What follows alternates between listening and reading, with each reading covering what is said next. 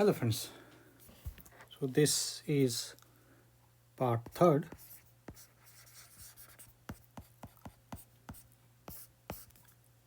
for the year 2021, and in this year 2021 we are going to solve the remaining mains questions as well as the advanced questions. So here we are going to solve 9 questions for the mains and 3 questions from the advanced.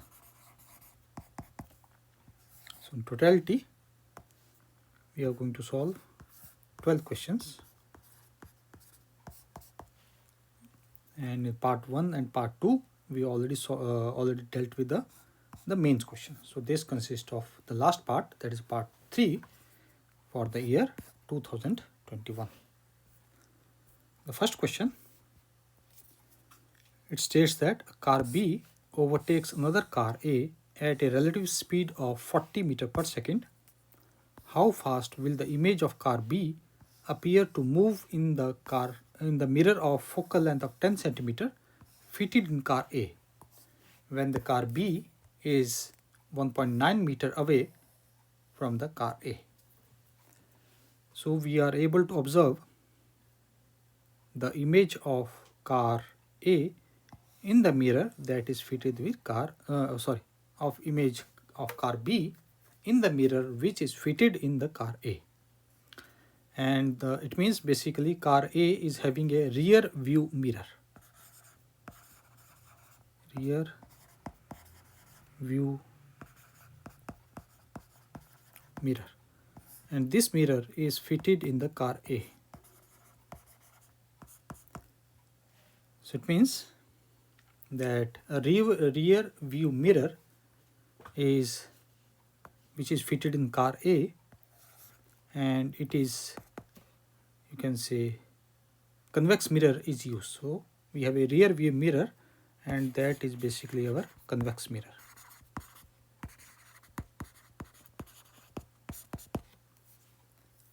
So we can draw an approximate figure for that. This is our car B, and we have car A. Car B is moving with a velocity, let us suppose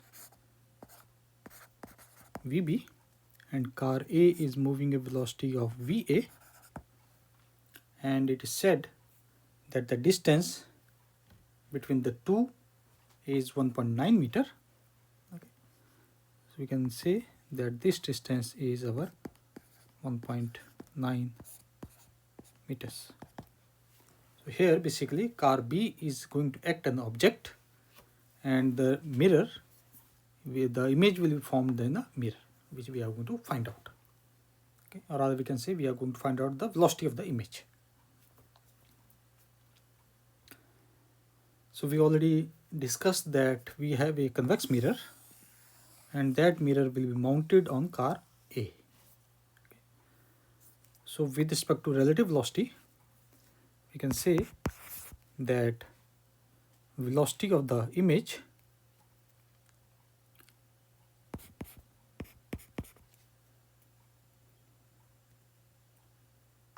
will be equal to negative of magnification square and velocity of the object, and this is, both are with respect to the mirror.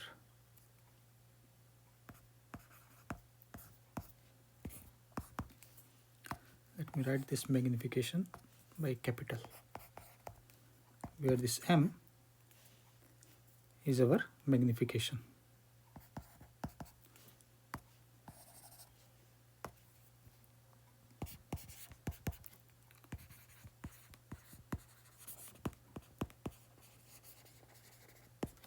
And the formula for magnification is our F divided by F minus U.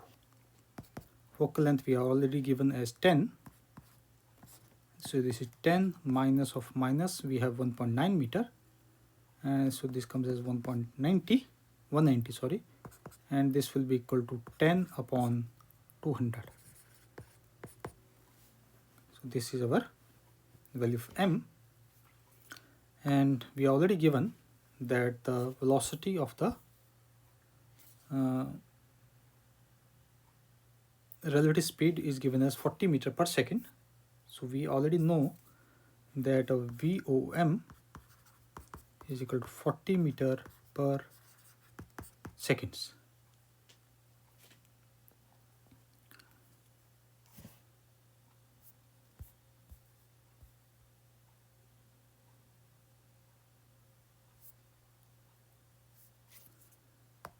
So we can write that our velocity of the image will be equal to, this comes as, this goes by 10, this will be 1 upon 20, so minus 1 upon 400 multiplied by 40, and this comes as minus 0.1 meter per second. Okay. So it means this will be the velocity of the image, that is 0.1 meter per second. So option number 4 is the correct one.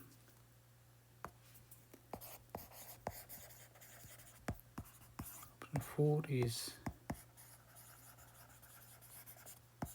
correct. Next question.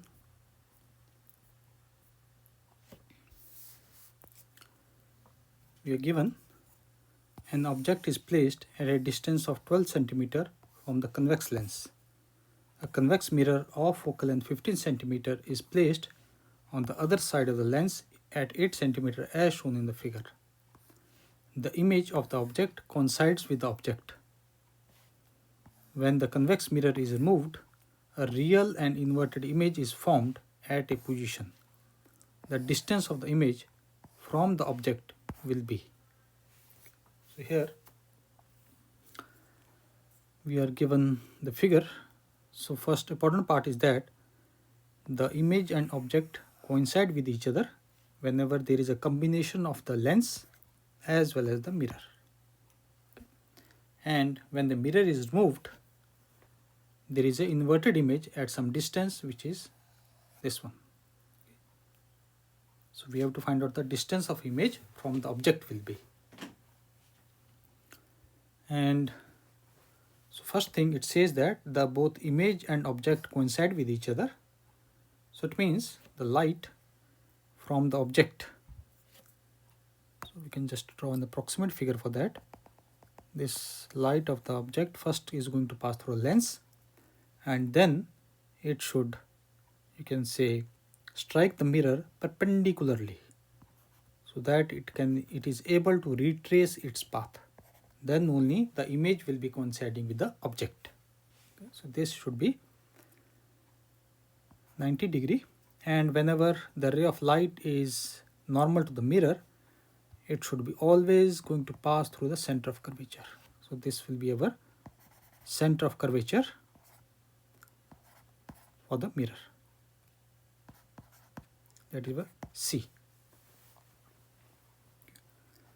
And focal length of the mirror is given to us 15. So here we can say that the center of curvature will be equal to 30, okay, because the relationship between the radius of curvature and the focal length.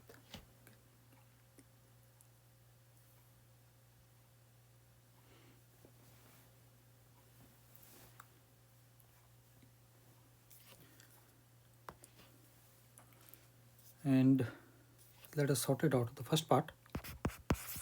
In the first part, it says that object and image coincide.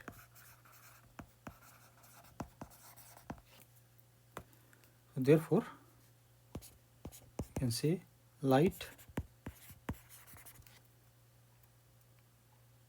must be perpendicular to the mirror.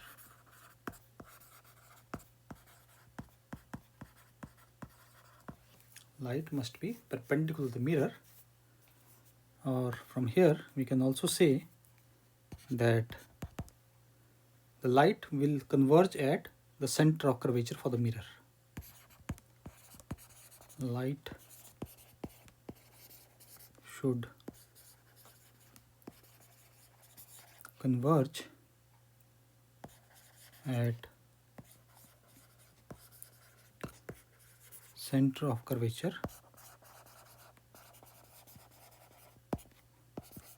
for mirror.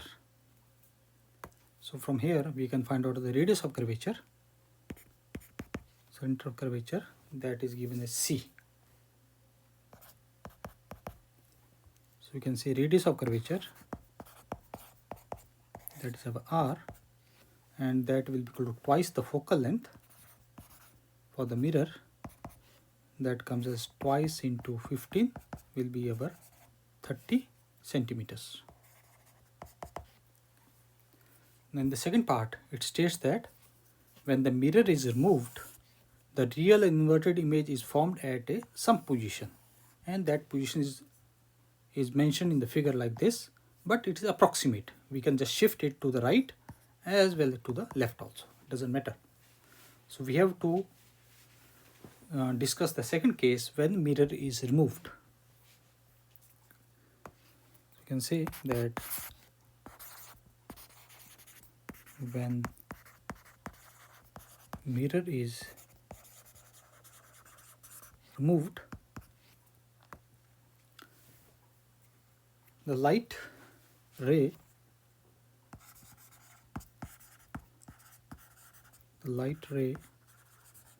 will still converge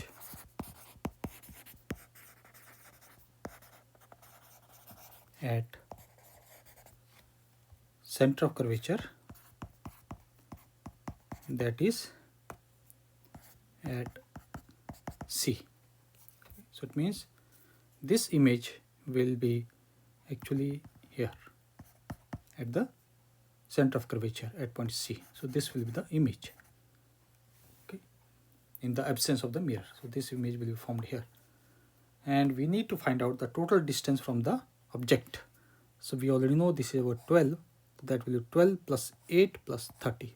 This will be total distance from our object and the image. So this will be 12 plus 8 plus 30, and that comes as a 50.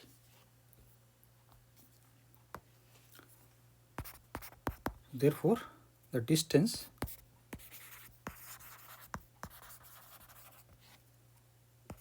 of image from object,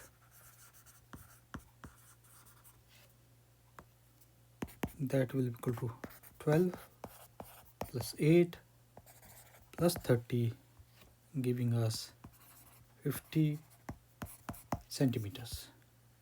Okay. So we get this will be 50 centimeters. Next question. It states that an object is placed beyond the center of curvature C of the given concave mirror.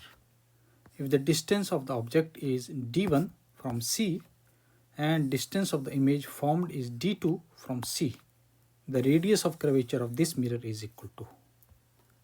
So here we are given that object is placed beyond center of curvature, and the distance of the object as well as image is given with respect to the center of curvature in both the cases, that is d1 and d2 respectively. But for most of the formulas which we use, the distance is with respect to the pole of the mirror or the lens. And in this case we are going to use the Newton's formula, and that Newton's formula states that you can say that our u multiplied by v will be equal to square of the focal length. So this is our Newton's formula. So we can just draw an approximate figure which is given, and we are given that we have mirror and the principal axis, object O, and that is placed beyond center of curvature. So this is, let us suppose, center of curvature. So the image, corresponding image that it is going to form will be, suppose this is our focal length, okay, and we can just draw an approximate figure. So one ray of light will be going to pass through the focus, something like this, and another ray of light is going to pass through the center of curvature, something like this, and here we are going to get the image. Okay, so this is object and this is our image.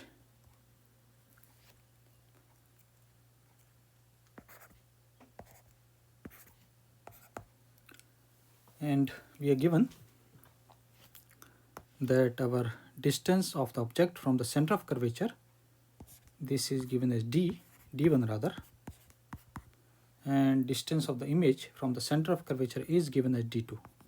So this is given to us as d2. And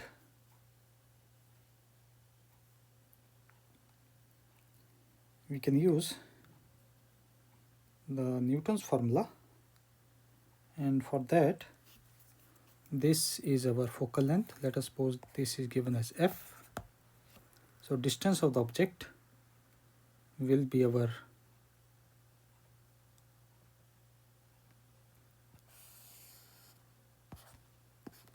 that is our u will be equal to our f plus d1,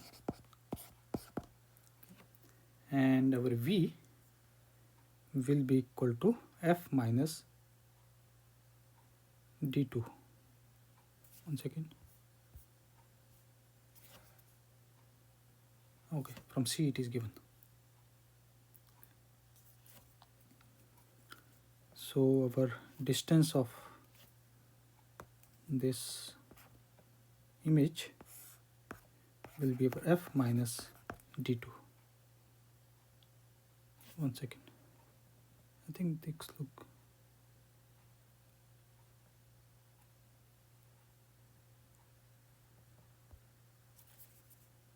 So this is our focus, and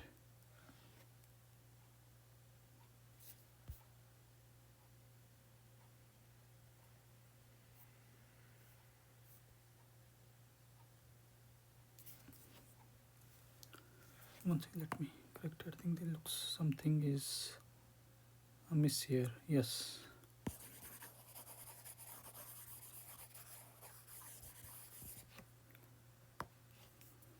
So over u, so this will be over u, and this will be our v, and this is radius of curvature, which will be our r. Okay, so this is our r, and we are given that we have d1. So this is our d1,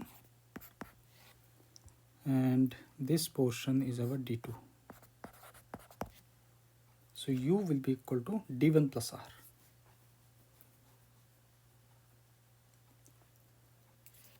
Let me check if I'm not wrong.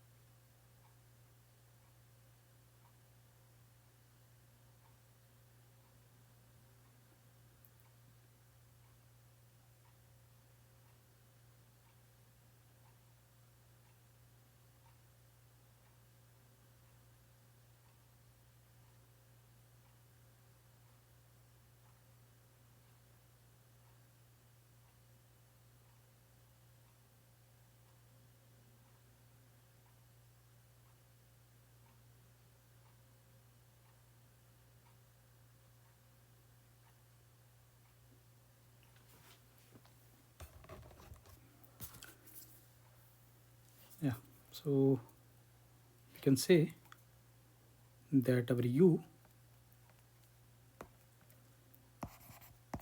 will be equal to, so u will be equal to over minus of r plus d1, and our v will be equal to, this comes as r minus d2.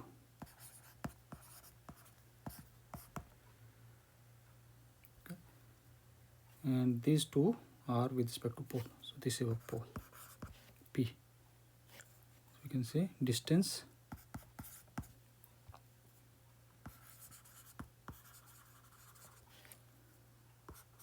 of object and image with respect to pole. Now this is correct. Now we can easily convert it to focal length, because we know focal length is equal to, for concave mirror, is our minus r by 2.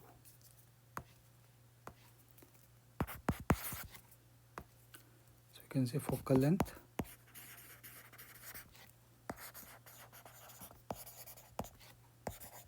for concave mirror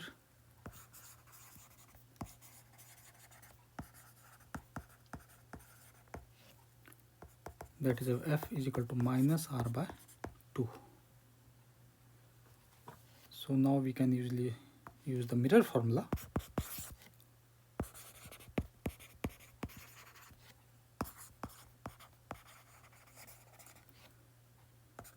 which gives us 1 upon f is equal to 1 upon u v and plus 1 upon u, and we substitute.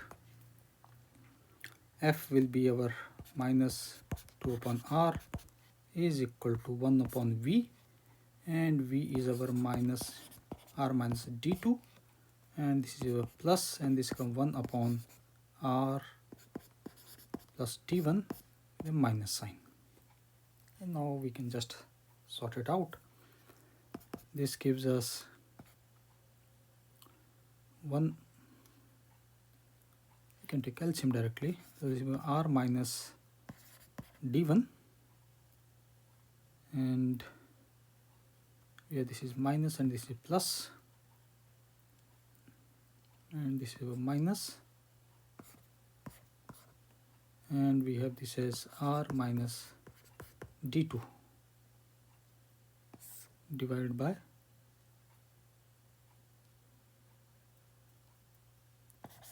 r minus d2 multiplied by minus r plus d1.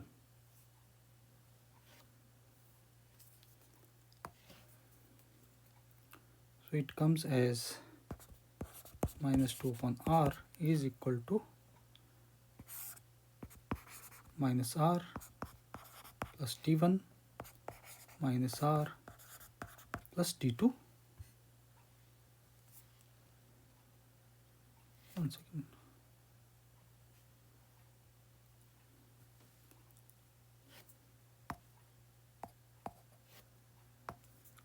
Let me write it minus, and this comes r plus d1, and this is minus. Now it look, yeah, I made mistake of covering minus twice. This is plus, this is okay, so this is minus and this comes as plus, and this also goes away. Now looks good. So this we have r minus d2 divided by r plus d1.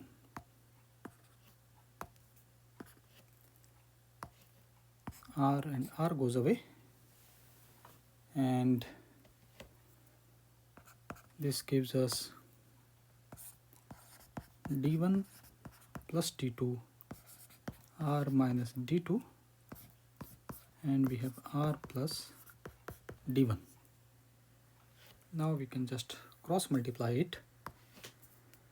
This comes as minus of 2 multiplied by r minus d2 r plus d1 is equal to r times d2 plus r times d1. Now if we expand it, this will be equal to minus, we get this as 2r square, and we get this as 2r square and minus 2r d1 plus 2r d2, and this comes minus d1 times d2 is equal to r d2 plus r d1. And we can rearrange it. This is our twice d2, so we can say this as our twice d1 d2, and here we have our, this will be plus, so twice r d1 and r d1, this will be coming as r d1 plus d2.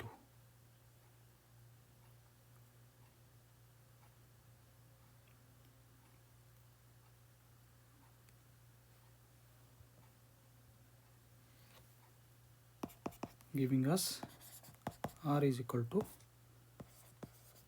twice d1 d2 and divided by d1 plus d2.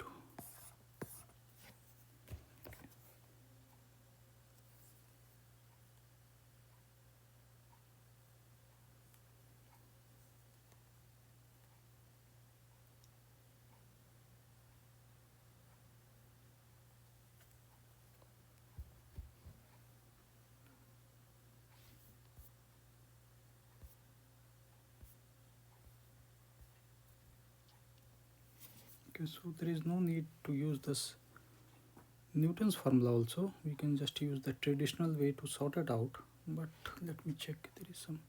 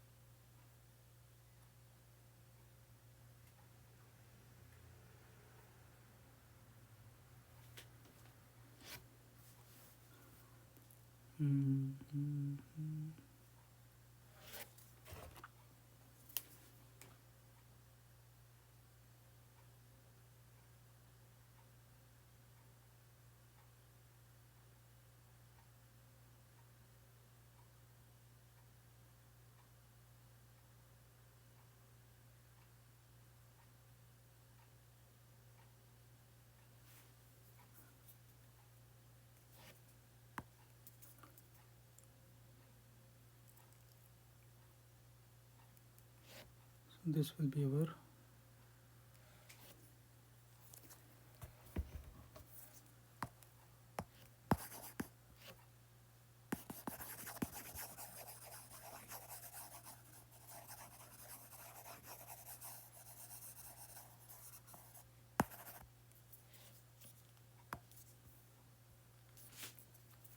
so let's say some issue with there, I'm not able to figure it out.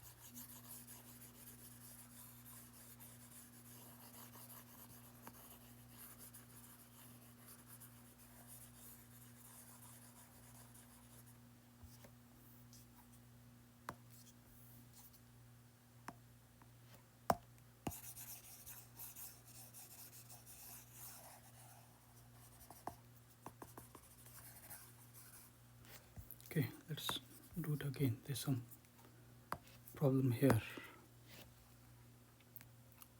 This was our U and this was our V and this is our R. Okay.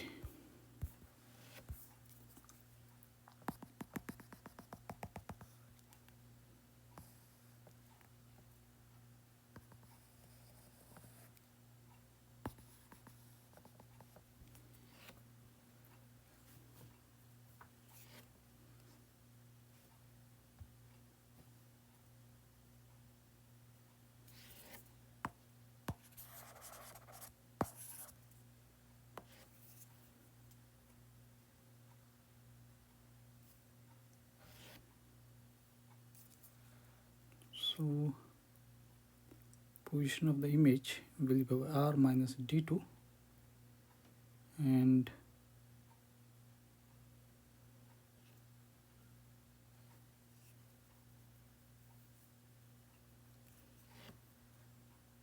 this.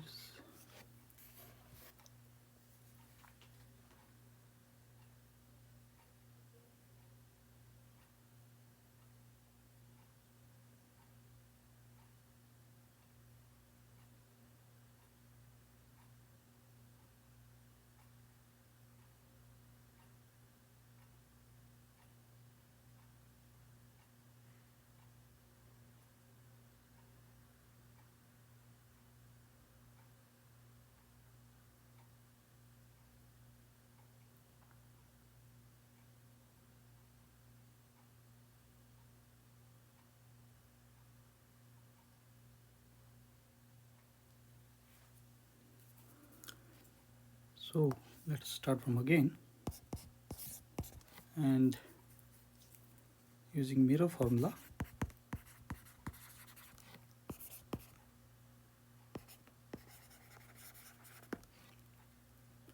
you can say our 1 upon F is equal to 1 upon V plus 1 upon U,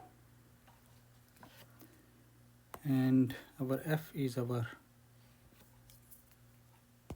minus 2 upon R is equal to, we get this as 1 minus R minus D2 plus 1 upon minus R plus D1, and this comes as our R minus D2 minus of R plus D1.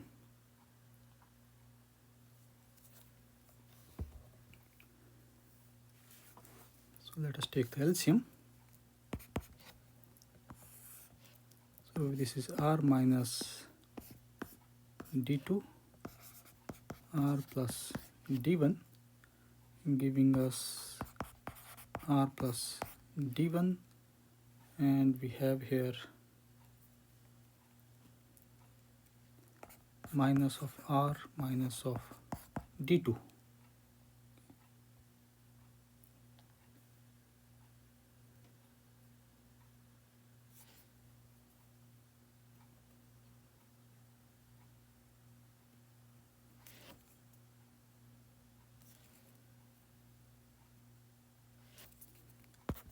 Minus of 2 upon R, and this comes as this should be minus because it is also in the minus, and this is now plus, everything will be plus. And now this looks good. I think this was the mistake. Okay, let's check it. So this comes 2 upon R is equal to, we can write this as 2R plus D1 minus D2 divided by R minus D2 and R plus D1. So we cross multiply it, we get this as twice, and this will be over R minus D2 r plus d1 is equal to twice r square plus r d1 minus d2. If we open our left side, we get this as twice r square, and this will be plus twice r and times d1 minus twice r d2 and minus twice d1 d2, which will be equal to twice r square plus r d1 minus r d2. Here r square and r square cancels out, and we get this as,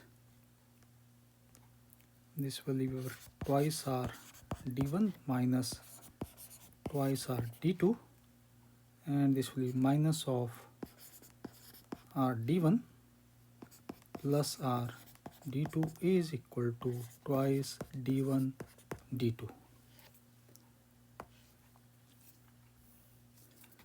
So this is our twice r and r, so this comes as r d1, and this is also r d2 and r d2, so this comes as minus r d2 is equal to twice d1 times d2. Now it's the correct one. That was my silly mistake. So we can take r as common, so this comes as twice d1 d2 and d1 minus d2.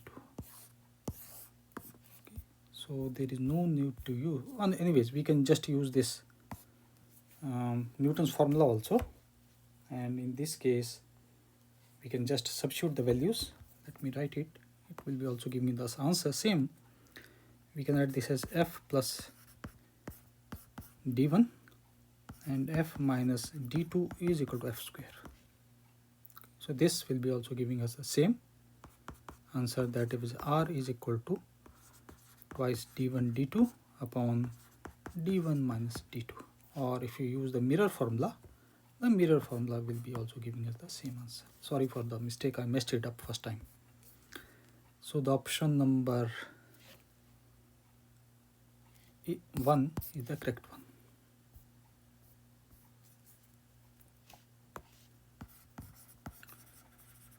Option 1 is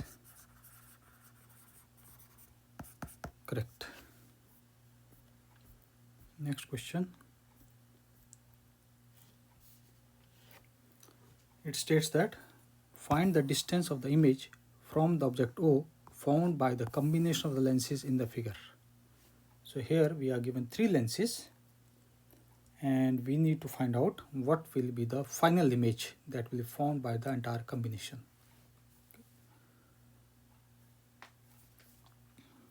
So we can just draw an approximate figure, and for that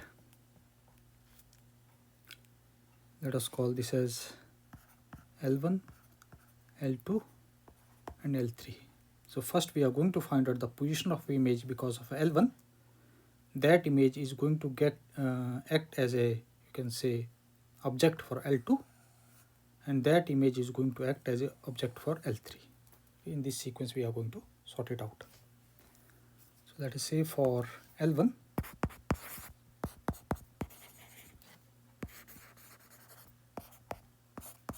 for lens L1, we have the position of object, that is u is equal to minus of 30, and the focal length is given as plus 10. So let us find out its image, and that image we call as v1. Let us suppose v is equal to v1. So we can say 1 upon v1, and this comes as plus 1 upon 30 is equal to 1 upon 10. So this gives us 1 upon v1 is equal to 1 upon 10 minus 1 upon 30, So 30 will be our LCM, so this comes as 3 minus 1, that is our 2, and 30 goes by 15, which gives us that our V1 is equal to 15 centimeters. So the image formed by lens L1 will be at a distance of 15 centimeter. So 15 centimeter from this, so we can see from this figure this distance is 15. So the image that will be formed by the lens L1 will be at the, you can say, focal point at the pole of the lens L3.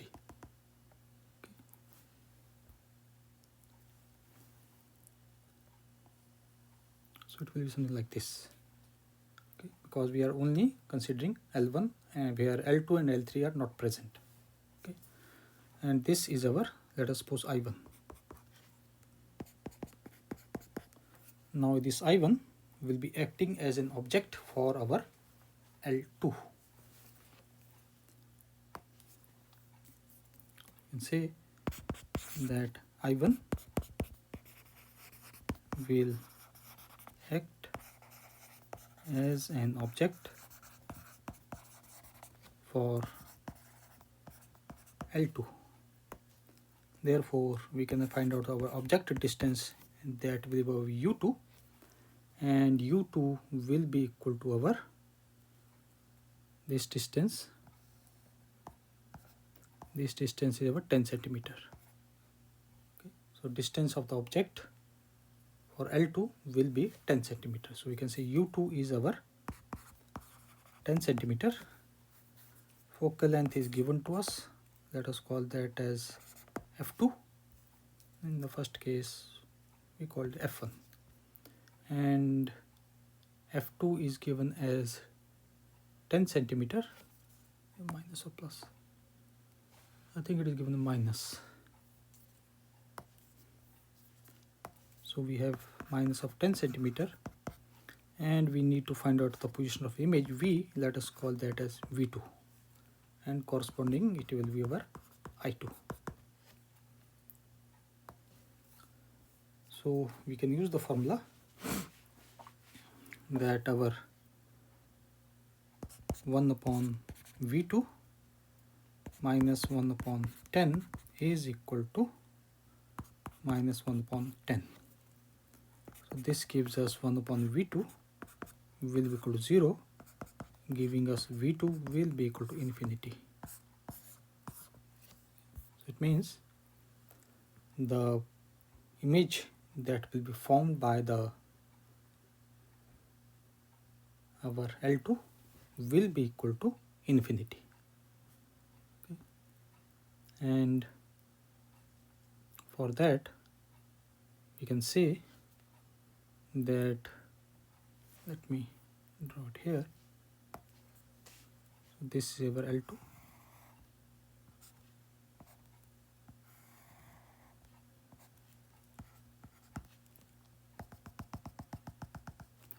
and here we have I1, which is acting as object, and this distance is about 10 centimeter.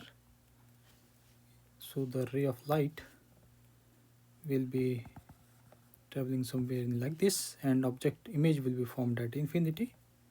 Okay, this,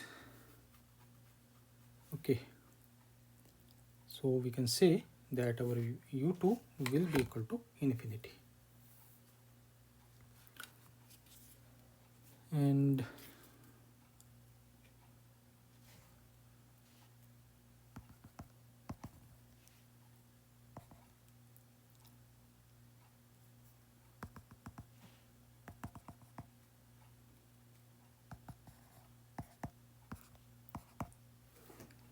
so if U2 is at infinity, then let's find out what will be our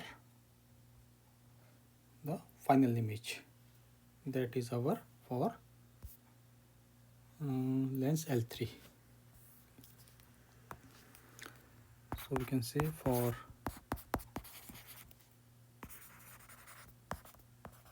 lens L3, and let us call that position of the image. Okay, now this I2 will be acting as a object for our L3. You can say for L3 I2 will act as an object.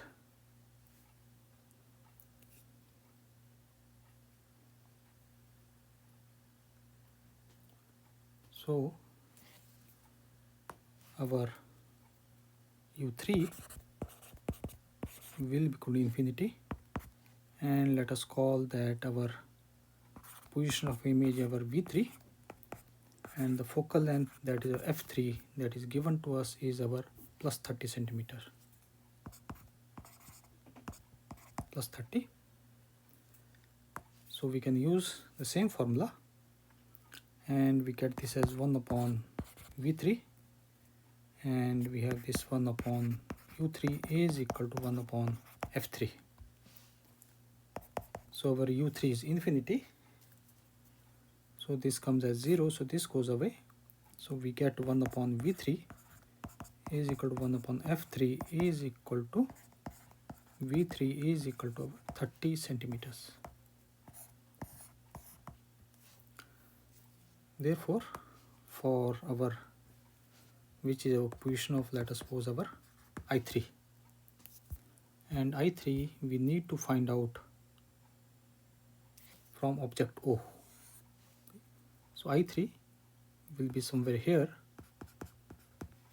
and distance is our 30.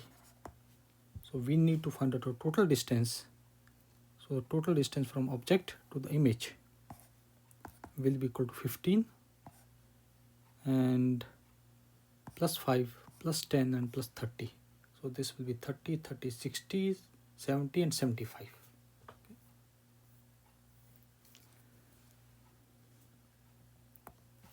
So we can say that distance of I3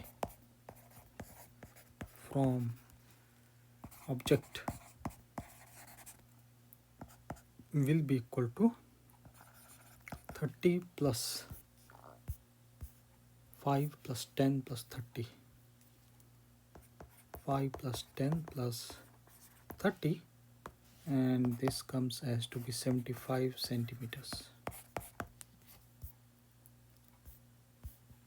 So option number 1 is the correct one.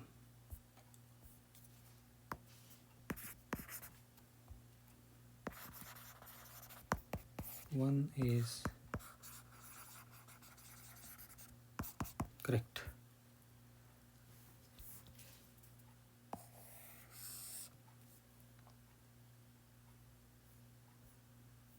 Next question. It states that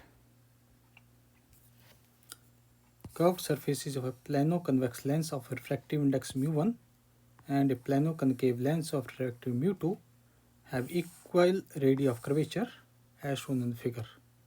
Find the ratio of radius of curvature to the focal length of the combined lenses. So we have to find out the ratio of the refractive radius of curvature and focal length of the combined lenses.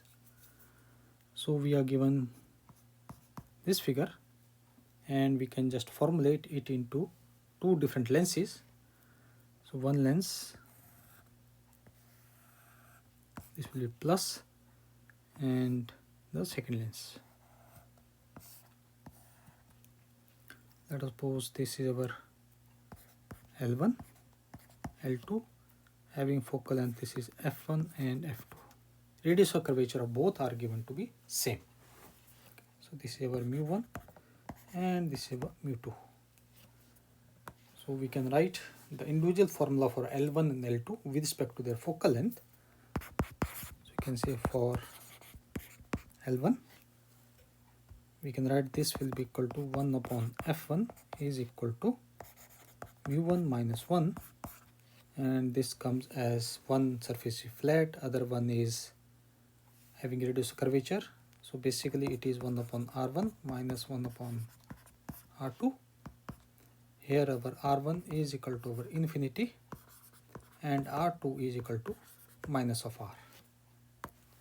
So this gives us that 1 upon f1 is equal to mu1 minus 1, and this comes as 1 upon r.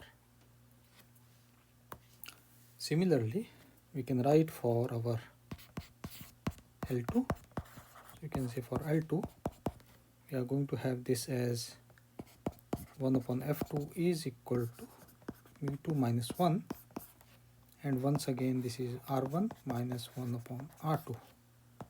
But in this case, we are going to have our reverse, that is our r1 will be equal to infinity and r2 is equal to our r. So this gives us that 1 upon f2 is equal to mu2 minus 1, and this comes as minus of 1 upon r. And the equivalent wavelength, your focal length will be summation of the individual focal length. So we can write that 1 upon f equivalent will be equal to 1 upon f1 plus 1 upon f2.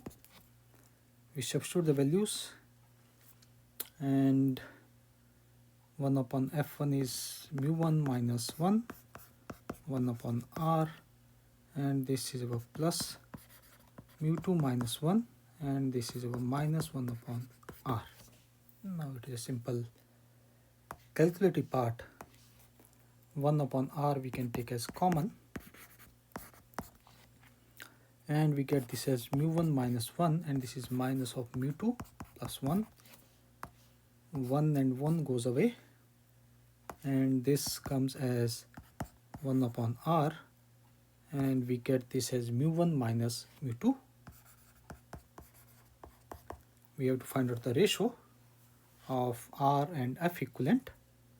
So we get our r upon equivalent focal length is equal to mu1 minus mu2.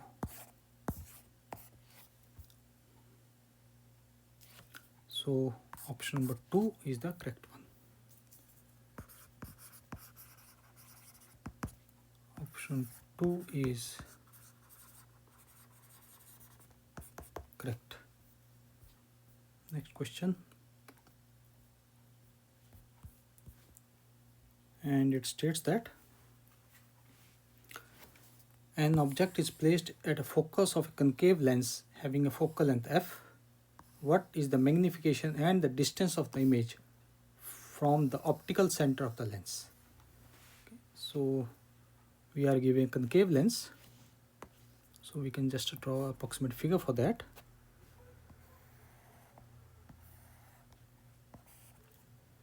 This is the principal axis, and this is our focus, and object is placed at the same place. So this will be our focal length. Okay. So we can say that our u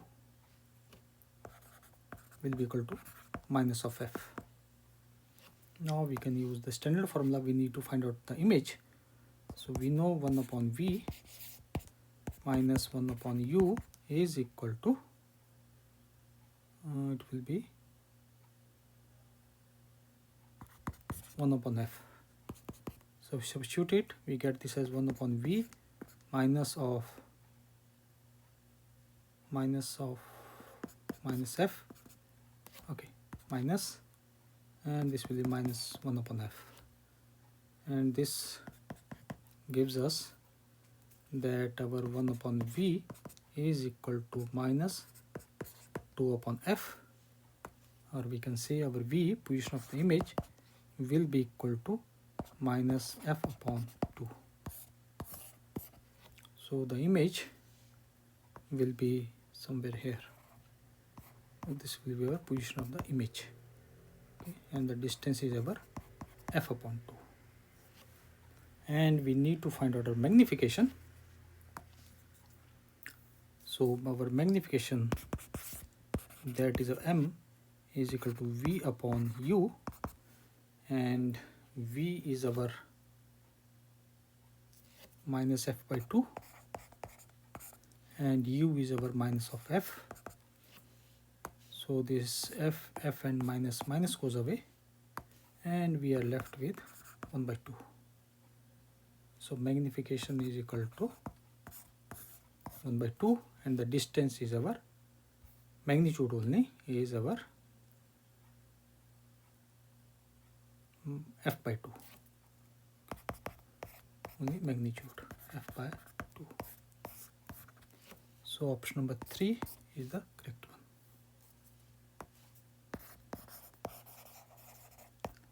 Option 3 is correct. Next question.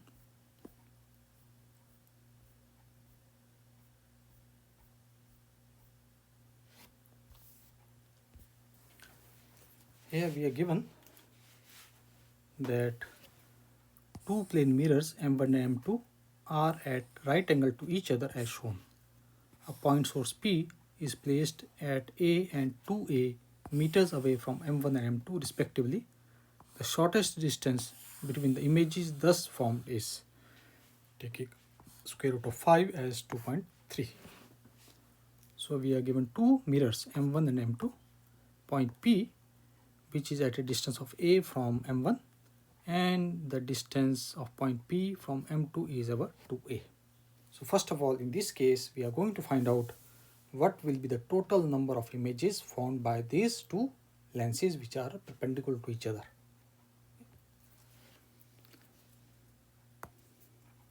So we can say that number of images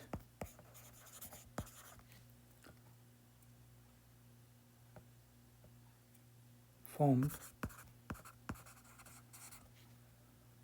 by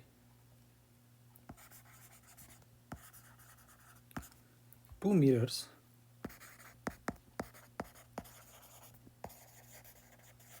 which are at an angle theta. So we can say our n is equal to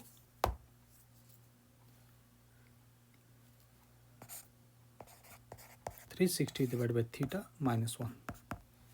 In this case, our theta is 90 degree. This is our theta. So this comes as 360 90 minus 1, and which gives us the number of images formed by two mirrors which are angle of theta is our 3. So now we have to find out what will be this position of the, where these three images will be positioned. So let me redraw the figure.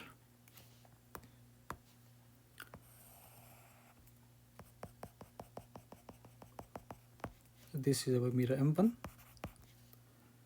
and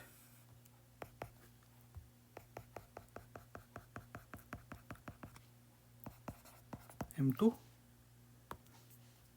and we have point P that is somewhere here, and the distance from M1 is our A.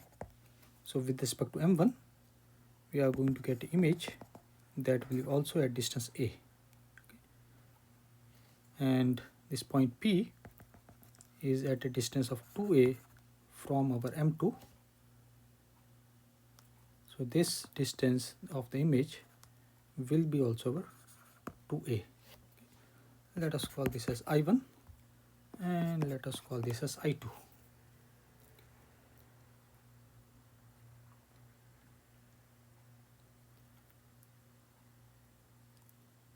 Now we need to find out what will be the position of the image formed by the third image, where it will be formed. That's the most important part here.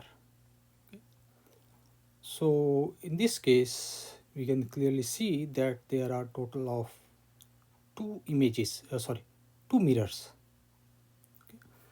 and at certain there will be certain point on the combination of mirror M1 and M2 that the ray will be getting, you can say, reflected. There will be two successive reflection that can be either from M1 or that can be from M2. Okay? And that successive reflection is going to result in the third image. So you can say that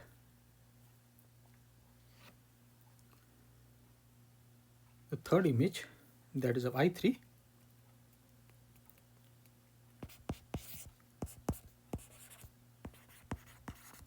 third image that is of I3 will be due to two successive reflections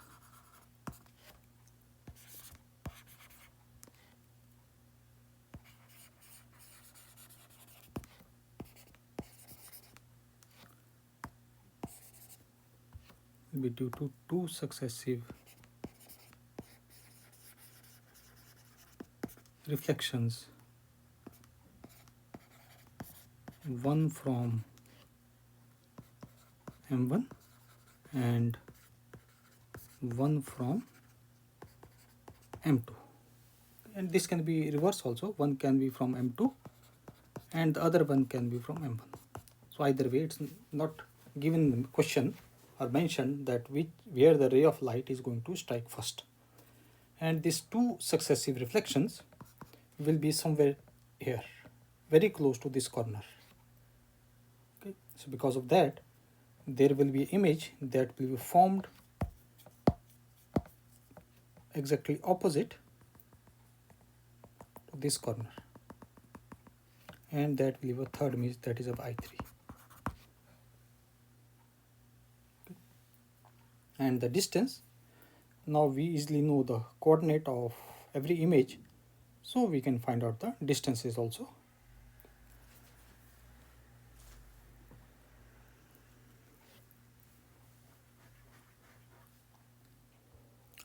So here we have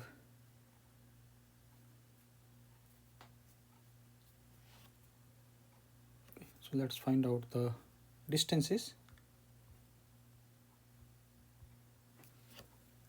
So let me complete.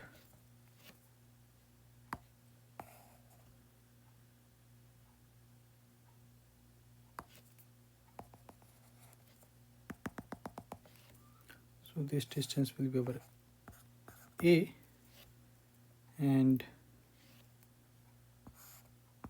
this also will be over A. This distance will be over 2A, and this distance will be also over 2A.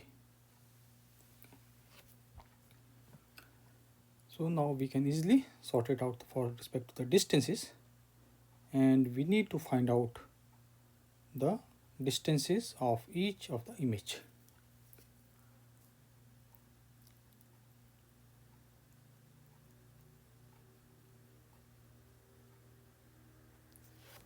So the coordinate, we can write this coordinate will be over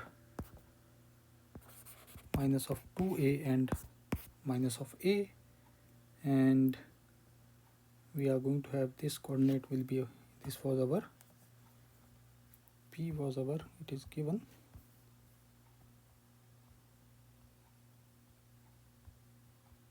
two A and A. X coordinate is 2A and Y coordinate is of A. And for the left side, that is of I1, this will be coming as minus of 2A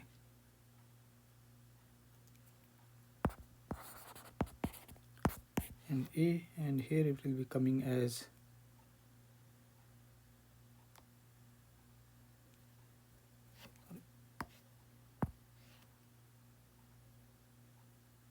and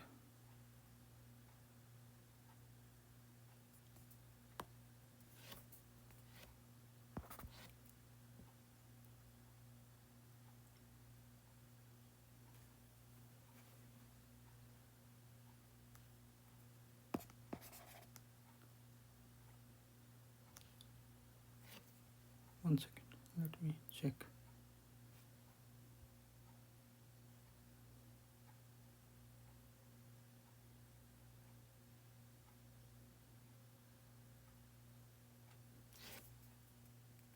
This is plus and yes, this minus and minus a, and this comes as plus and minus of a. One second. This is minus and this is plus. Yeah, now it's correct one because the x coordinate. This is our x coordinate and y coordinate. Yeah, so this looks good. Now we can easily find out the distances, and for that we can use the distance formula. So we can say that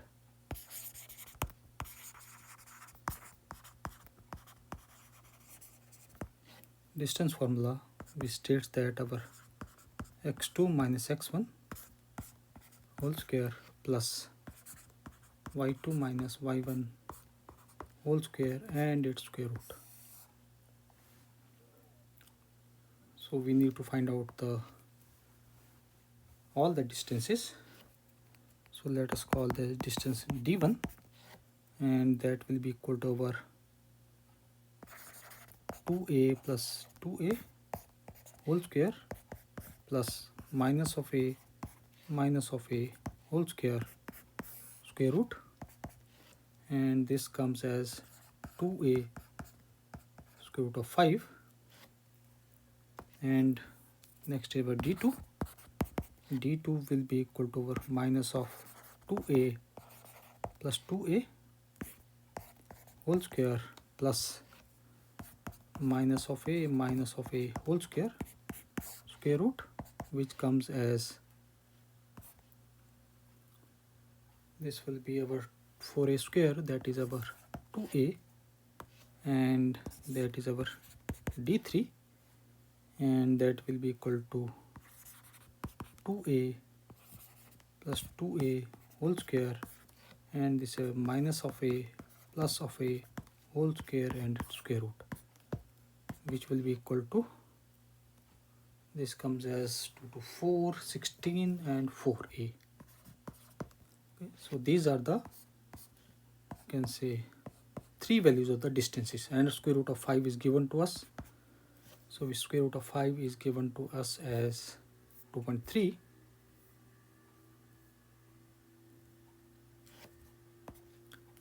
So this comes as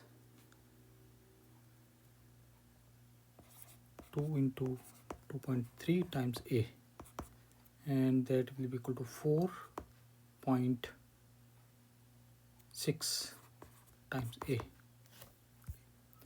And from the option, if we check correctly, the only option that is given in the question is our d1. Okay, so this will be our correct option, otherwise the minimum distance will be our 2a. Okay. But for this particular question, it is only given that the correct one option is our 4.6, that is option 2 is the correct one.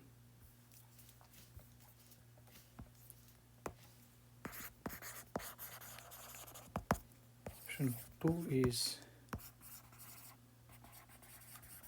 correct. Next question.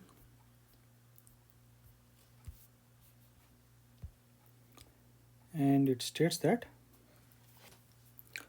cross-section view of a prism is the equilateral triangle ABC in the figure.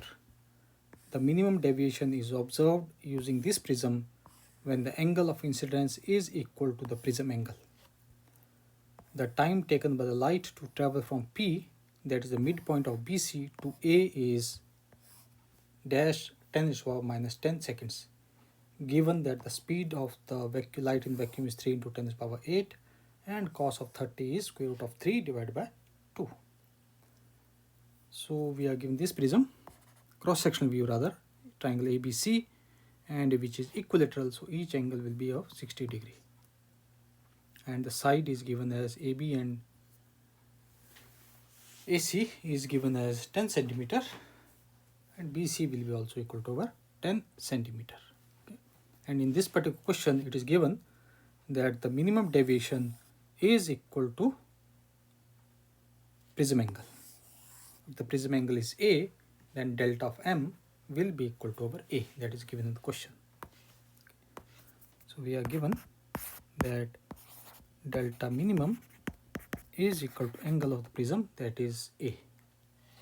And we also know that our delta of minimum angle is equal to 2I minus of A. Okay. And substitute value of delta minimum, we get this as A is equal to 2I minus A, which gives us that 2A is equal to twice of I, and here 2 and 2 cancels out, so we get angle of the prism is equal to angle of incidence of the ray. And we also know that the value of refractive index, that is mu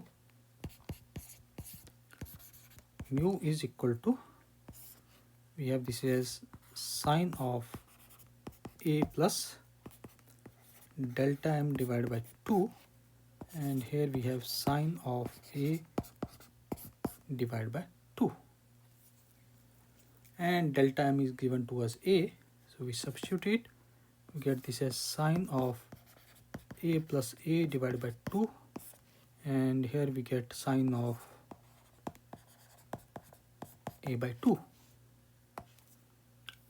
So we further sort it out, and we get this as sine of A divided by sine of A by 2, and the angle of the prism is equilateral, so it will be 60. So we substitute the value, we get this as sine of 60 divided by sine of 30, which comes as square root of 3, which is our mu. And we know that the velocity of the light inside a medium having a refractive index mu, it is given as that our V is equal to C upon mu. And C we already know is our 3 into 10 to the power 8, and mu we found out is square root of 3. And we need to find out the time taken to travel from P to A. From P to A, we need to find out how much time it takes from this point to this point. So this T we need to find out time. So we can use the basic formula, that for the relationship between distance, speed and time. So if time taken is T, so we can write that T is equal to distance AP divided by our velocity V. And our AP is equal to, we have this as a right angle triangle, this is our 60, we are given as 10 centimeter, so our AP will be equal to 10 into 10 to the power minus 2 and cos of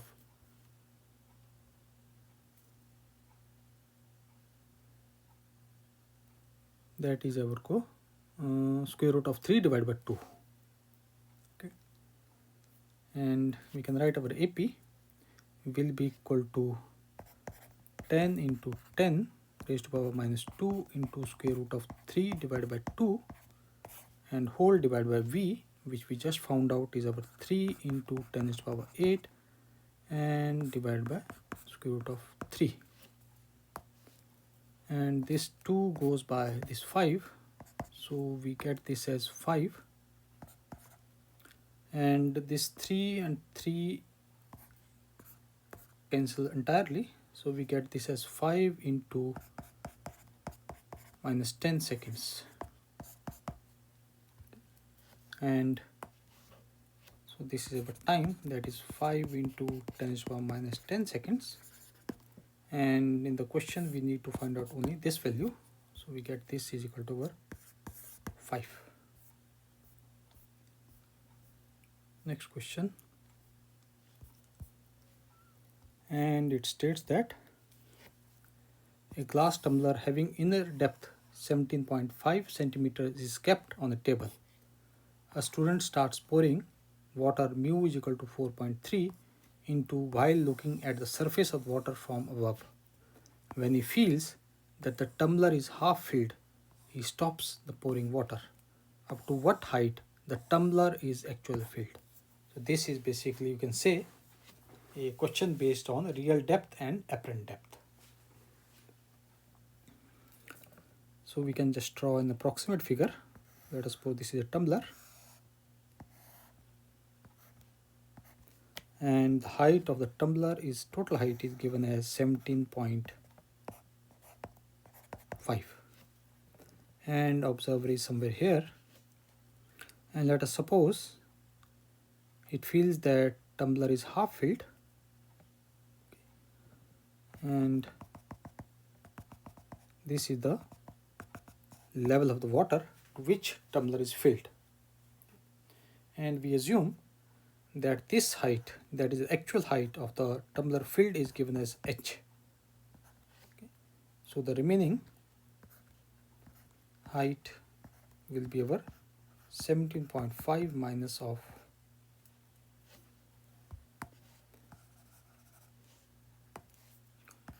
17.5 minus h. So the actual height observed by the observer, the height observed by the observer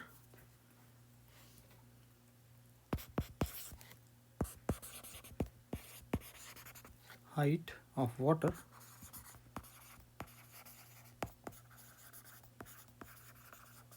observed by the observer, let us call this as h prime, that will be equal to our real and divided by the refractive index, that is of water. Real height we have taken here as h, and water refractive index 4/3, so this comes as 3h upon 4. So the height of air observed by the water, so we can say height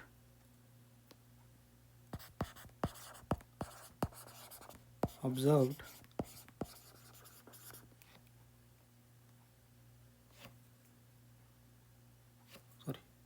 height of air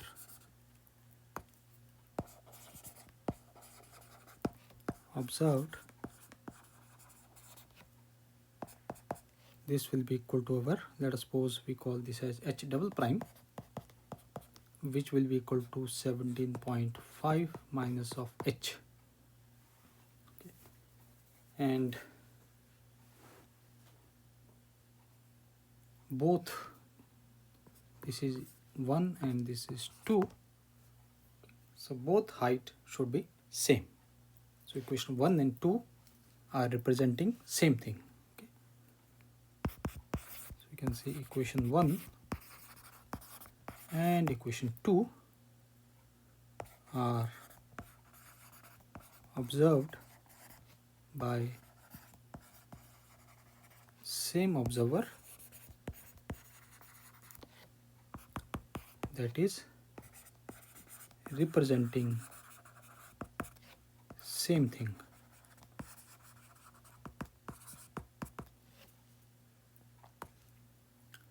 Therefore, we can say that our 3h upon 4 is equal to, or we can say this as our h prime will be equal to h double prime.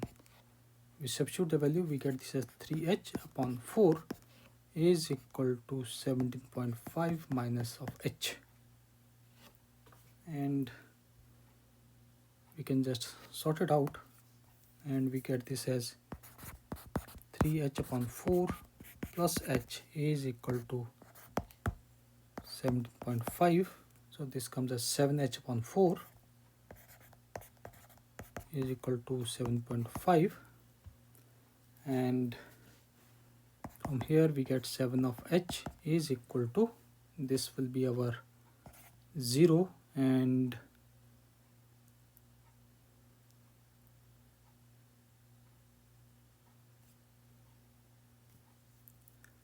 this will be our 0, and this will be 7, and we have a decimal, so here will be decimal, so this will be 70.0, so which gives us that the value of h will be equal to 10 centimeters. So option number 2 is the correct one.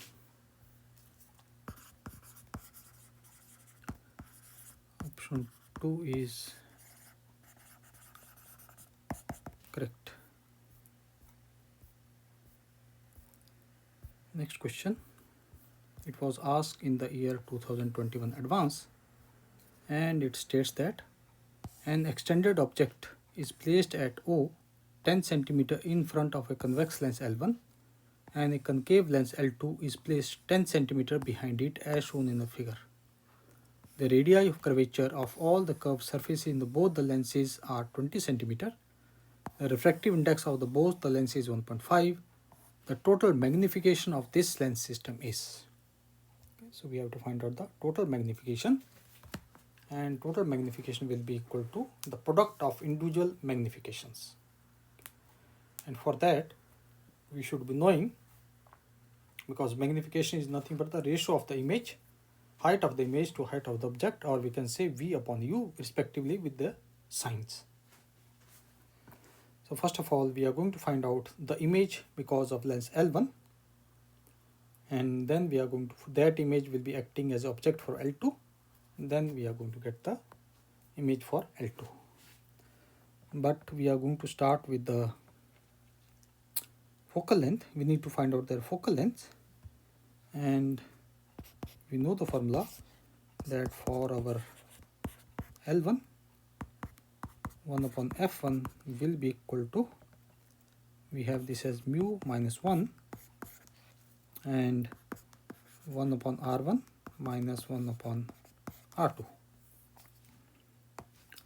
we substitute the values. 1 upon f1, this is 1.5 minus 1, and the curved surface is given the same, so this will be 120, 1 upon 20 minus minus plus, that is plus 120, which gives us 1 upon 20.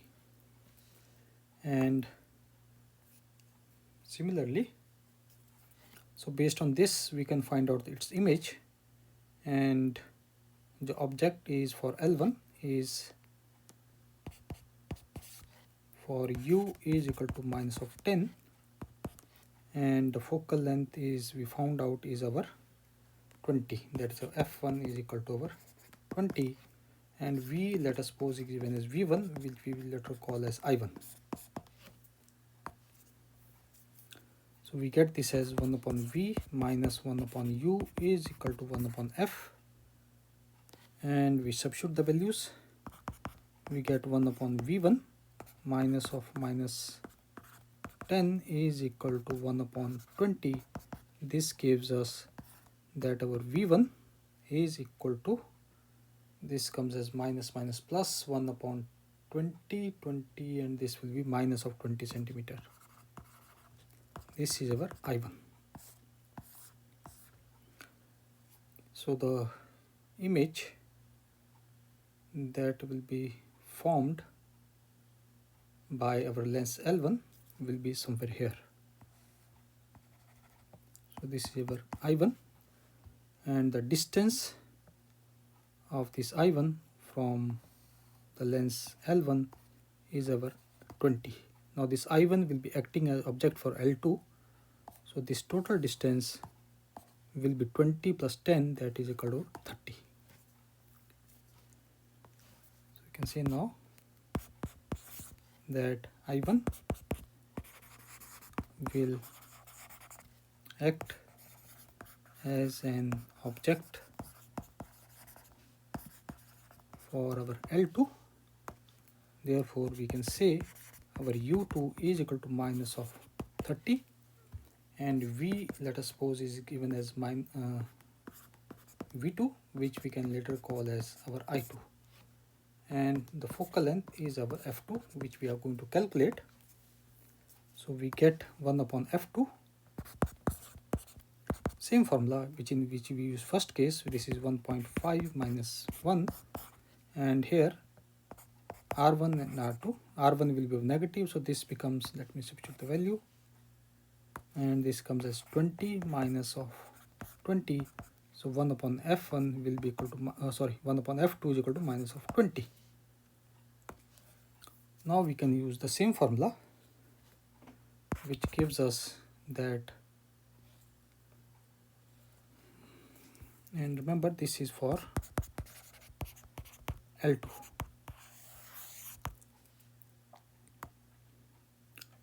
So we can say 1 upon V minus 1 upon U is equal to 1 upon F, and we get this as 1 upon V2 minus of minus 30,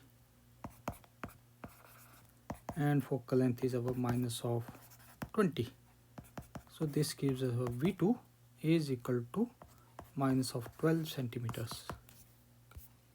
So our V2 will be minus of 12, so it means this is about 10, and V2 will be somewhere here.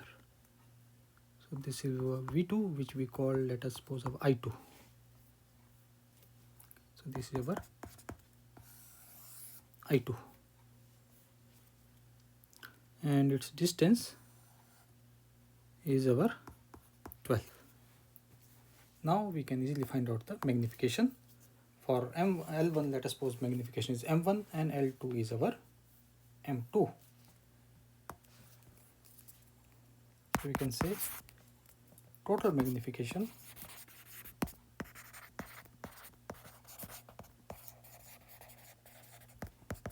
that is a M will be equal to M1 multiplied by M2. We substitute the values, we get our M is equal to minus of 20 divided by minus of 10, and this is minus of 12 divided by minus of 30, and this comes as 0.8. So option number B is the correct one.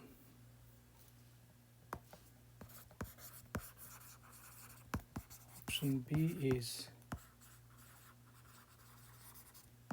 correct. Next question.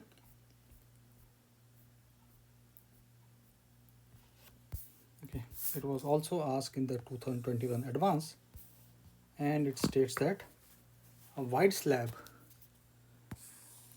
consisting of two media of refractive indexes N1 and N2 are placed in air as shown in the figure. A ray of light is incident from the medium N1 to N2 at an angle theta, where sine of theta is slightly larger than 1 upon N1. Take refractive index of air as 1. Which of the following statements is or are correct? So this entire discussion is based on, you can say that, because only option, the two options, or they can B, C and D, are based on the total internal reflections, and the part option number A is about the refraction. Okay, so we are going to test for the total internal reflection. So let us sort it out, and for first case, or we can say in general, we are given one interface, second interface, this is our N2, N1, and this is our air, and we are given the ray of light is incident in the medium N1 at angle of theta. Let us suppose this is our angle of theta, and for particular this case, let us assume this theta is equal to theta 1, and it will be bending something like this. This angle opposed is theta 2, so here also this angle will be over theta 2, and let us see the refracted angle is given as theta 3. And we are given in the question that sine of theta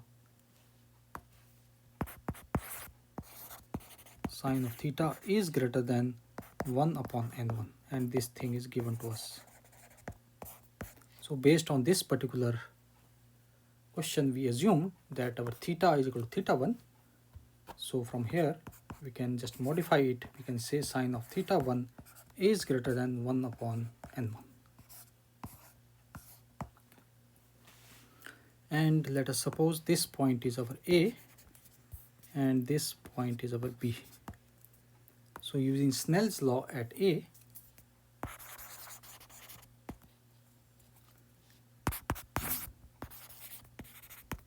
using Snell's law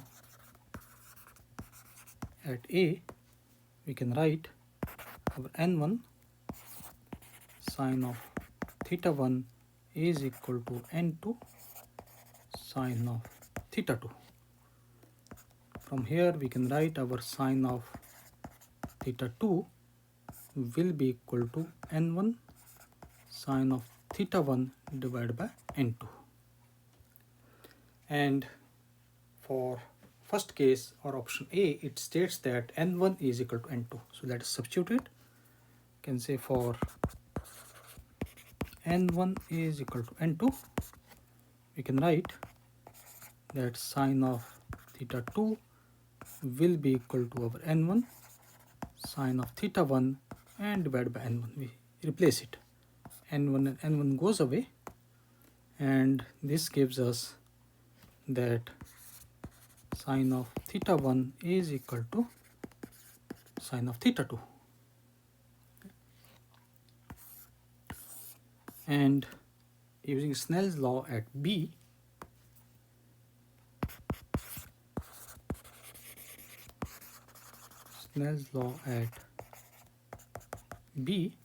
we can write that our n2 sine of theta 2, here having a refractive index of 1, will be equal to multiply by sine of theta 3. Therefore, we can write that our sine of theta 3 is equal to n2 multiplied by sine of theta 2.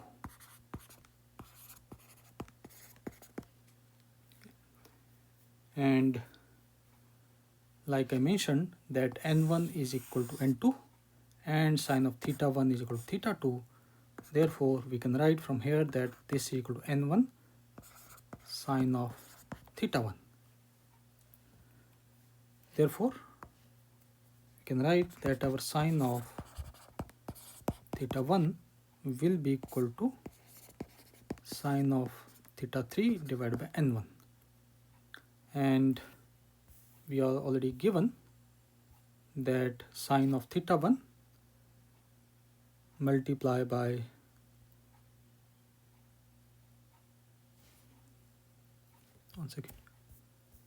we are given in general the sine of theta is greater than 1 upon n.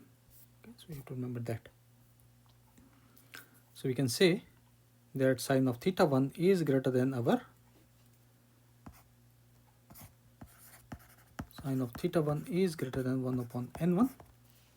So we can replace it here and we get this as that our sine of theta 3 upon n1 is greater than 1 upon n1.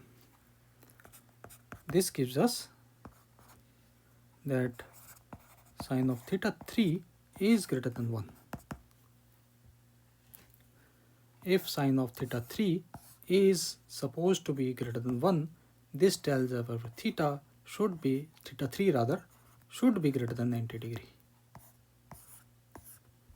So it means this angle theta 3 should be greater than 90 degree, and that is only possible if this refracted ray comes back into this way. Then it will be, because at 90 it will be just grazing the surface, and for the greater angle theta 90 degree it will be totally reflected back into the n2.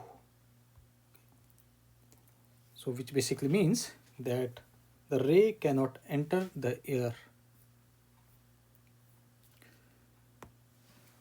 So from here we can say that the ray cannot enter the air. So it means option number A is incorrect.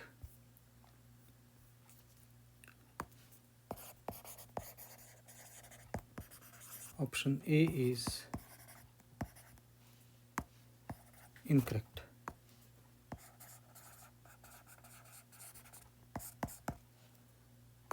From here we can say total internal reflection. And then we can say that for our N2 is slightly greater than N1. Sorry, for N2, sorry, B part. N1 is slightly greater than or greater than our N2. Okay.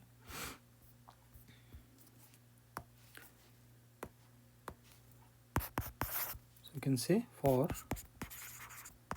N1 greater than our N2, we can write that our sine of theta 1, which is equal to our N2 upon N1, and sine of theta 2 should be greater than 1 upon N1, okay, because this relationship we have already derived. So in the shorter form we can say that our sine, let me write it here, N2 upon N1 sine of theta 2 is greater than 1 upon N1. This gives us that sine of theta 2 should be greater than 1 upon N2. This we are going to use later on also. And for surface 2 and air interface, we already found out that was our point, you can say B, okay, yeah, which we use total internal reflection, sorry, Snell's law. So we have written that for point B, we have our N2 sine of theta 2 is equal to 1 and sine of theta 3.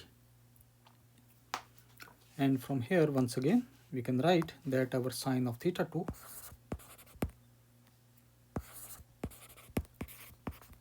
is equal to sine of theta 3 upon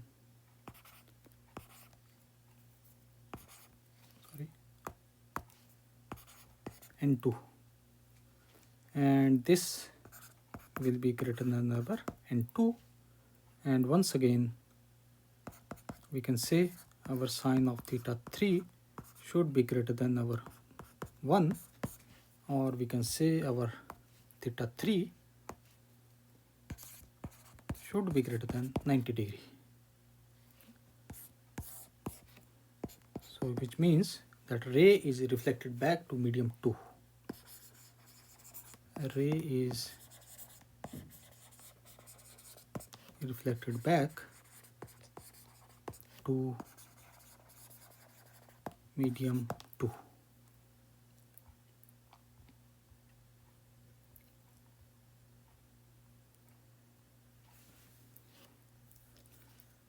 Next, we can draw an approximate figure for that. So this is our air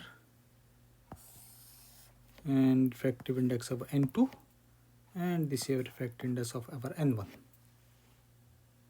And let us suppose the angle here is our, instead of theta, let's assume this is theta 1, and this is our theta 2, total internally reflected. So this will be also our theta 2, and this will be our theta 2, and similarly we are going to get this will be also over theta 1.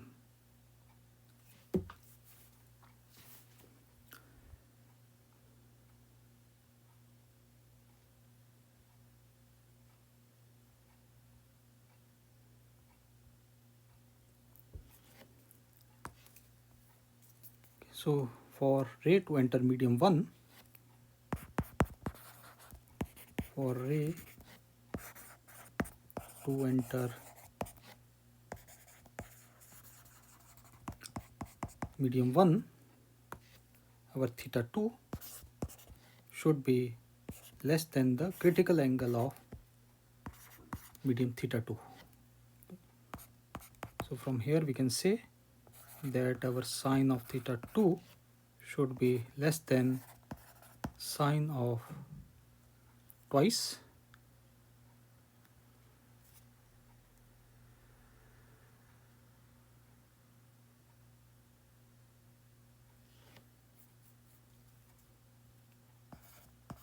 theta 2c. And we also know that our n1 upon n2 sine of theta 1 is less than n1 upon n2. This gives us sine of theta 1 is less than 1.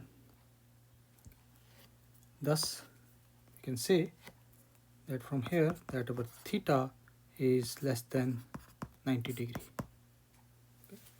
So it is basically we can say that ray enters medium 1, and say ray enters medium 1. And for the refractive index for our n2 greater than n1, we can write that our n2 upon n1 sine of theta 2 is greater than n2 upon n1, which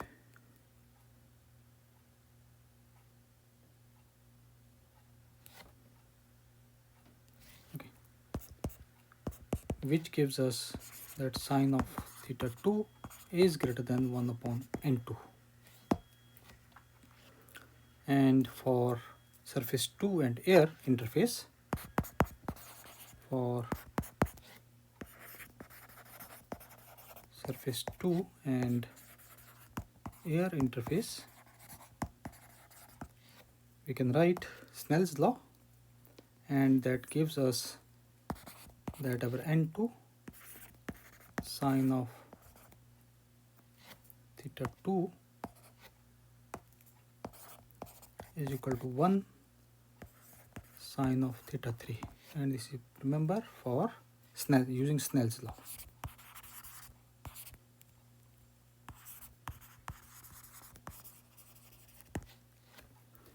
And this gives us that our sine of theta 2 is equal to sine of theta 3 divided by n2, which is greater than 1 upon n2. So therefore theta 2 will be greater than 90 degree. So it means the ray is reflected back to medium 2. Ray is reflected back to medium 2. And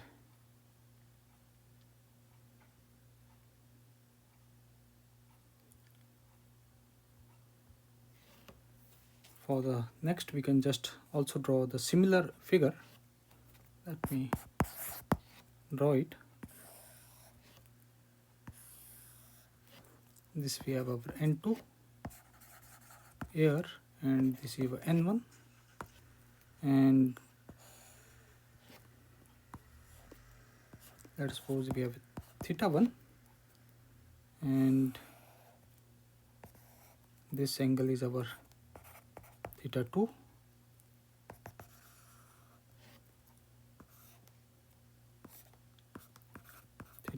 and this will be our theta 1. So once again we can write the Snell's law, and that gives us that our n2 sine of theta 2 will be equal to our n1 and sine of theta 1. So from here we can write that sine of our theta 1 will be equal to n2 upon n1 sine of theta 2, and for critical angle, that is our sine of theta 2c, that will be equal to our n1 upon n2. So we can say for the ray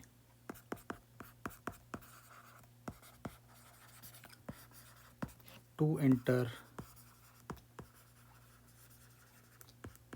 medium 1, this theta 2 should be less than the critical angle of the second medium, that is theta 2c. And from here we can write it out that sine of theta 2 is less than sine of theta 2c, which gives us n1 upon n2 sine of theta 1 is less than our n1 upon n2, and this gives us that sine of theta 1 is less than 1, or we can say that our theta 1 is less than our 90 degree. So it means the ray enters medium 1. Ray enters medium 1. And I think one thing is left. Yeah, for n2 is equal to 1.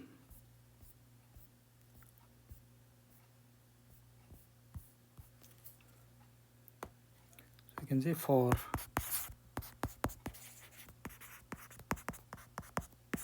n2 is equal to 1, let us draw the approximate figure. So we have this as n2 and this as n1, and let us suppose ray is incident at an angle of theta 1, and this angle is our theta 2, so this will be also our theta 2.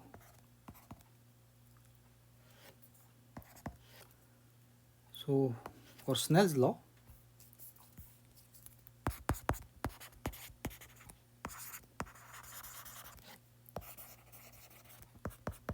we have our n1 sine of theta 1 is equal to n2 sine of theta 2, but n2 is given to be 1 for this particular case, so we can write it is n1 sine of theta 1 is equal to sine of theta 2, or we can say that our sine of theta 1 is equal to sine of theta 2 divided by n1, and which is our greater than 1 upon n1. So this gives us that sine of theta 2 is greater than 1, so theta 2 is equal to greater than 90. It means ray is reflected back in the medium. Ray is reflected back in the medium.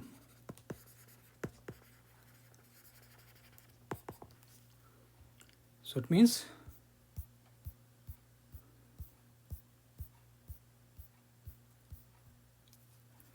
option number B, C and D are all correct except our option number A. You can say B, C and D are correct.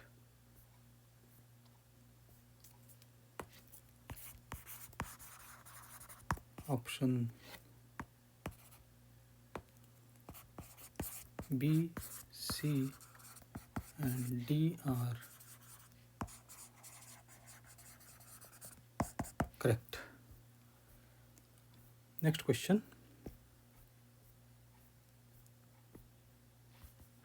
It was also asked in the year 2021 advance, and it states that for a prism angle theta is equal to 60 degree, the refractive indexes of the left half and the right half respectively are n1 and n2, where n2 is greater than or equal to n1 as shown in the figure. The angle of incident I is chosen such that the incident light rays will have a minimum deviation if n1 is equal to n2 is equal to n, that is 1.5. For the case of unequal refractive indexes, n1 is equal to n and n2 is equal to n plus delta n. The angle of emergence E is equal to I plus delta E. Which of the following statement is correct? So this question is based entirely on you can say two parts. In the first part, it states that for the minimum deviation, entire refractive index is equal to same. And for the second case, it says that both the portions, left portion as well as the right portion, they have the different, you can say, the refractive indexes, and accordingly the angle of emergence is also a little bit different, and that is marginal, that is our delta of E and respectively.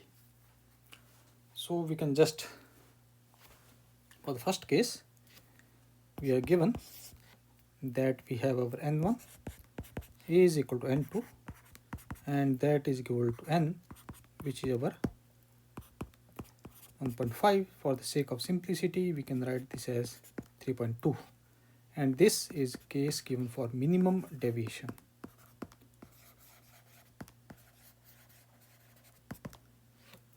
Therefore, we can say that if we can draw an approximate figure, and these two will be normal, so with this angle will be R1, this angle will be R2, and this will be angle of emergence. So therefore, we can say that if A is the angle of prism, then our R1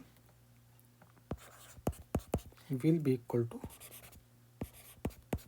A by 2, and angle is given as 60 degree. Theta here, A is theta. Okay. So this is 60 upon 2, giving us 30, because this is for the minimum deviation. And also, we know for minimum deviation, angle of incident is equal to angle of emergence is equal to our A, and that is given as theta in this case.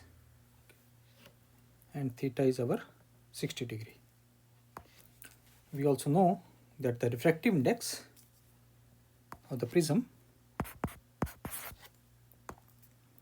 here let us suppose that is given as n, will be equal to sine of delta minimum plus A divided by 2, and this comes as sine of A by 2, and this value of n is given as 3 by 2, and we just found out that our delta minimum and plus A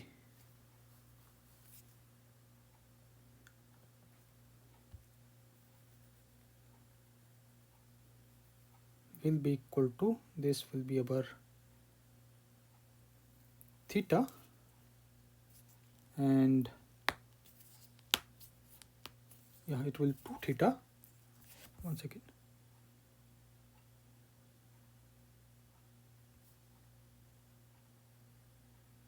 Yeah, so this can be written as sine of theta, and this comes as sine of 60 divided by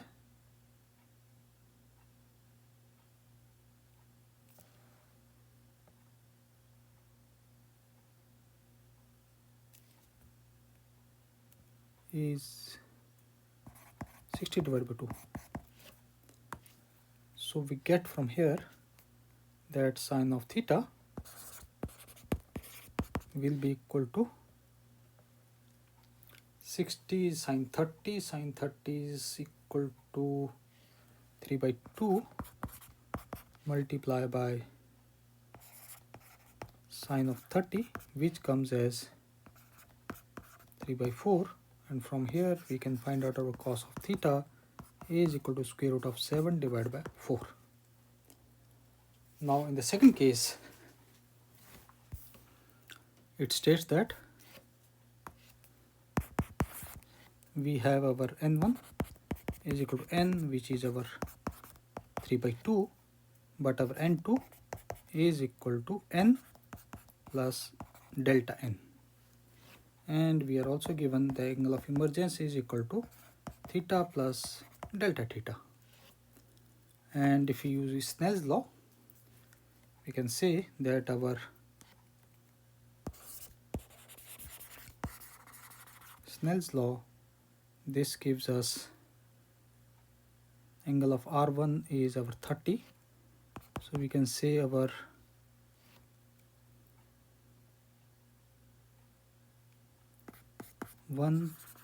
sine of theta is equal to n, and this is our R1 is given as 30. Okay, and our, according to the given condition, we can write that our sine of theta plus delta theta is equal to n plus delta n multiplied by sine of 30. And we can write sine 30 is our 1 by 2, so we get here as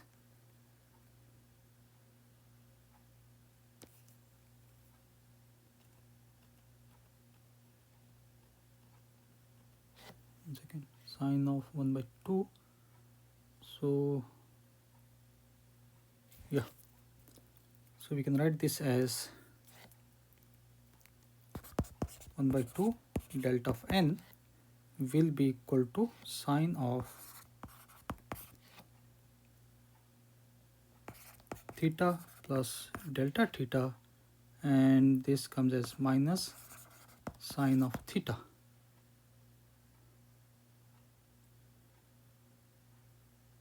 And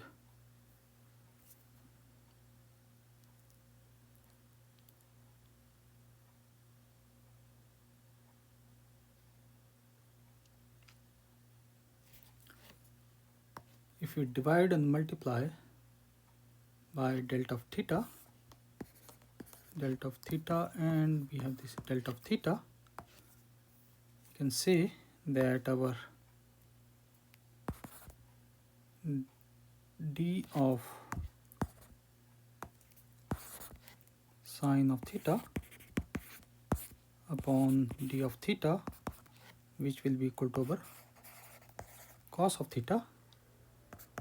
So we get from here as delta n by 2 will be equal to cos of theta multiplied by delta of theta, and this gives us delta of n divided by 2. Cos of theta we just found out is our square root of 7 divided by 4 multiplied by delta of theta.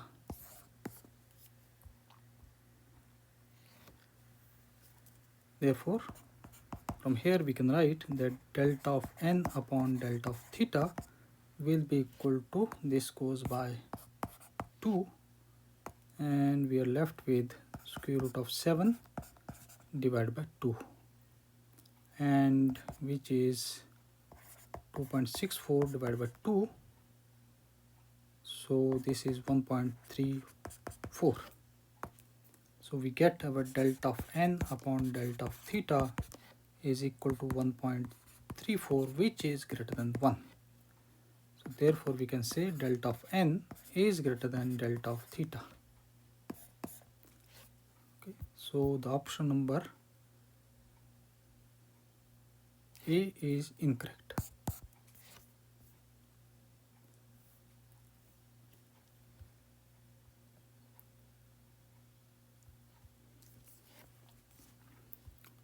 Now come to the next part.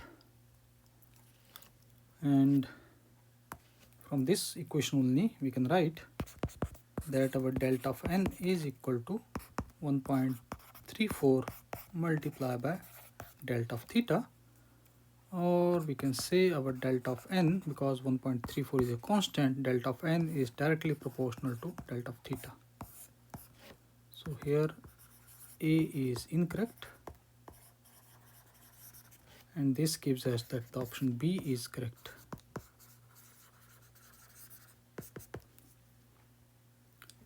And further using the same equation, this one, we can write that our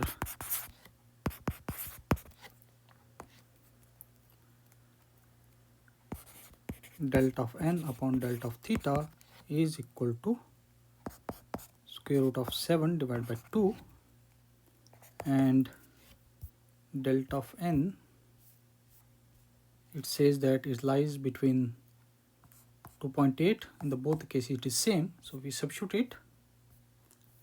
We get this as 0.28 into 10 to the power minus 3 divided by delta of theta is equal to square root of 7 divided by 2.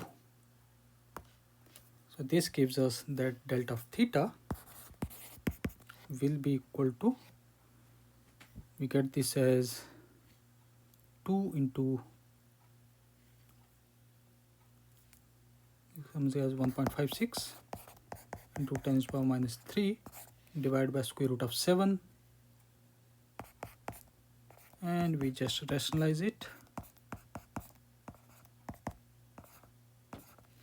and this comes as square root of 7 multiplied by 0.8 into 10 to the power minus 3. And if we substitute the value, delta of theta, square root of 7 we just found out is our 2.64. So we get this as 2.64 into 0.8 into 10 to the power minus 3, giving us delta of theta is approximately equal to 2.11 into 10 to the power minus 3 radians. So it says that for value of n, it should be lying between 2. This option number C is the correct one.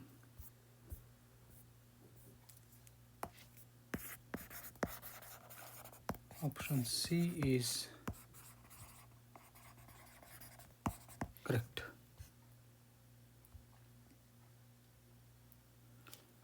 So here we have option B and C. Obviously D will be incorrect because same value of delta n. Delta E doesn't lie within this range. Okay, and we have to remember that our E is nothing but delta of theta. That's why there is no need to replace it every time. Anywhere we have used delta of theta, that is same as our delta of E. So this completes all the questions from the year 2021 mains A-level advance. So this entire year 2021 was divided into 3 parts, part 1, part 2 and part 3. So this was the final part 3. This complete all the questions. Thank you.